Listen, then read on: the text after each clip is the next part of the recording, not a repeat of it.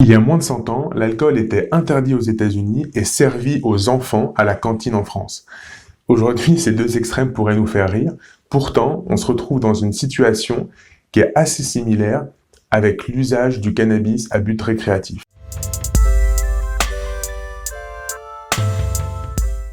Dans le monde, certains pays l'autorisent, d'autres pays l'interdisent. On connaît tous l'exemple des Pays-Bas avec Amsterdam, mais aujourd'hui, ce sont les États-Unis qui attirent l'attention, car ce sont eux qui ont développé la plus grosse industrie autour de l'usage récréatif du cannabis. La première question qui nous vient à l'esprit, c'est comment ça se fait que ce qui est autorisé dans un pays est interdit dans l'autre? Juridiquement, il y a une confrontation entre deux principes. D'une part, la liberté individuelle, et d'autre part, le bien commun. Plus concrètement, c'est chacun fait ce qu'il veut, et attention, c'est pas bien. Pourtant, certains pays qui l'autorisent et d'autres qui interdisent l'usage récréatif du cannabis sont culturellement très proches.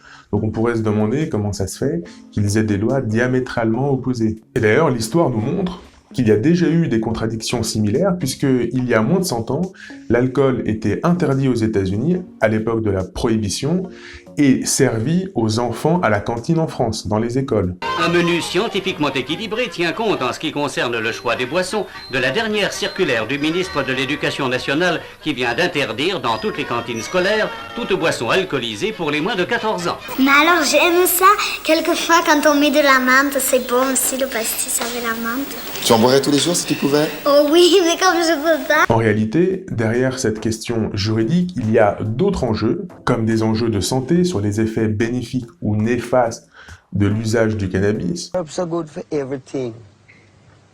Why these people who want to do so much good for everyone, who call themselves governments and this and that, why them say you must not use the herb? Il y a des enjeux de société sur l'âge minimum de la consommation. Est-ce que l'usage doit être réservé à des lieux en particulier ou est-ce qu'il peut être autorisé partout? Dans certains pays, il peut y avoir des questions religieuses, mais également des enjeux économiques, que ce soit sur le cannabis à usage récréatif lui-même ou tous ses produits dérivés.